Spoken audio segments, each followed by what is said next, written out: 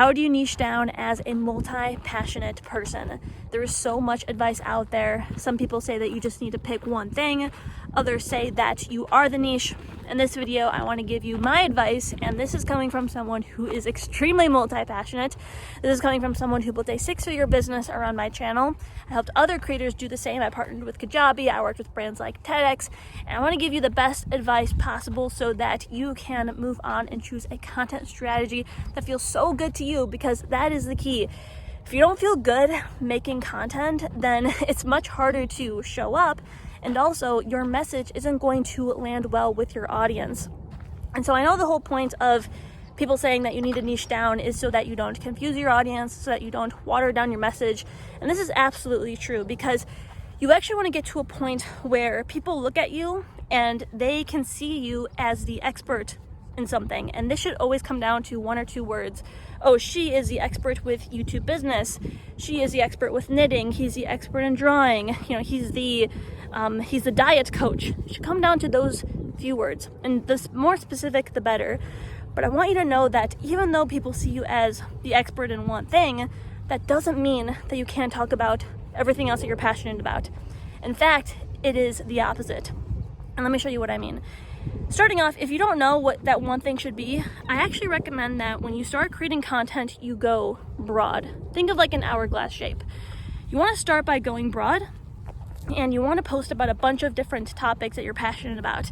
And I did this in the beginning. I was posting about spirituality, personal development, mindset. I even talked about the ocean, the environment. And after you have a content library, I would say at least 20 videos. Especially on YouTube. If you have at least 20 videos, then look at all those videos and ask yourself, and be honest. Ask yourself, what did I like to create content about? What didn't I like to create content about? Because, you may be passionate about cooking, but making a video about it is just like, very dreadful. Also look at the data and be like, okay, what did well? What resonated with the audience? What maybe didn't?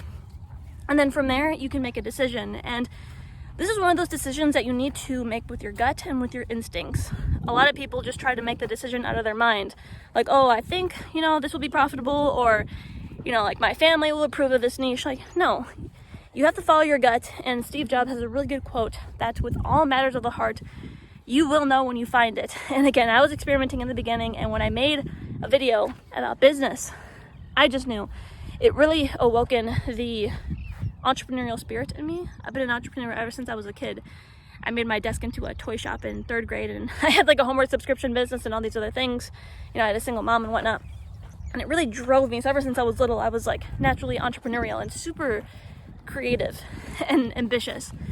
And so when I made a video about business, I was like, yes, like that is it. And I just knew it. And so from there, once you know your thing, you can then niche down. And that's when someone knows you as the expert. And that comes down to one or two words. And so I want you to know that, again, even though someone knows you as the expert, doesn't mean you can't talk about other things. Me, for example, even though I talk about business, I still talk about all these other things that I'm passionate about, and I integrate it in. You want to integrate it in. How? Well, for example, if you watch any of my other videos, I still weave in personal development. I still even weave in talking about the ocean, believe it or not, because again, like, you are the niche too. Imagine that you are the vessel, you are the vehicle. Imagine like a boat. You want your boat to be anchored in something, okay? And that boat is working towards a specific island. The island is like your mission. Maybe your mission is to transform the political world.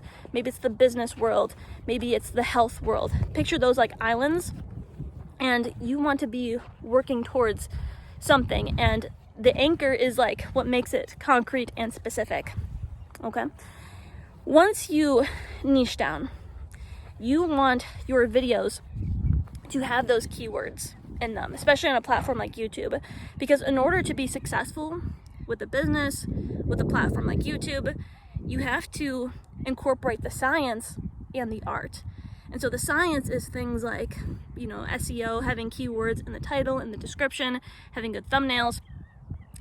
You can Google like the specifics with that. That's not the purpose of this video, but the point is you want to have the science so that the algorithm can categorize you in a subject. And also, again, so you don't like confuse your audience. If one day you're talking about like, one thing like real estate, and the next day you're talking about makeup, not only the algorithm's going to be confused, but your audience is going to be. So that's why it's good to be known for one thing. But you can reach a point where you start to go broad again. And so this is where you start to branch out, because think of people like Tony Robbins, think of someone like Oprah Winfrey, think of someone like Lewis Howes. Those people can talk about anything underneath the sun, and people will listen to them because they have an established audience. However, if you look at those people, they all became known for something specific. So let's use Lewis Howes, for example. He was known as the LinkedIn guy for the longest time. That's what he was the expert in. And once he gained traction, once he gained an audience, once people really resonated with his personality, then he was able to branch out. So when you do choose to niche down, you want your true personality to shine, because you want people to build an emotional connection with you. That's when your platform becomes more than just, like a YouTube platform. Your business is more than just a business. It's a personal brand. That's when people connect with you. And you can even change industries. You could branch out and people will still listen to you. And so let me know where you are in this process. Are you in the phase where you're going to start to go broad and experiment? Are you in the phase where you're niche down, you're getting that traction still? Or are you at the phase where you already have your traction and you want to maybe go broad? And I'm not saying you have to go broad. You can always just focus in on your niche if that's what you want to do, but just know that once you have traction, once people resonate with you, you do have the freedom to branch out. Look at someone like Graham Stephan. He really niched down. He's the finance guy. However, he was able to create Iced Coffee Hour, which is a really big podcast, and they talk about anything, any topics, and they bring on all these speakers. And so you can get to that point as well. And so again, let me know down below. And if you are someone who would like my assistance with this whole process, then I do have my Clarity to Cash course down below. And if you are watching this in March, I always have bonuses, so still click on the link if it's after the springtime in 2024. But I do have a bonus for that course where you will get a free 30-minute strategy session with me if you sign up before the month of March ends. So again, click that link down below, and if you have any questions, leave a comment. But I'm super excited for all of you to start putting out your content, to start being the expert in the niche. So yeah, I'm really excited, and I'll see you for the next video.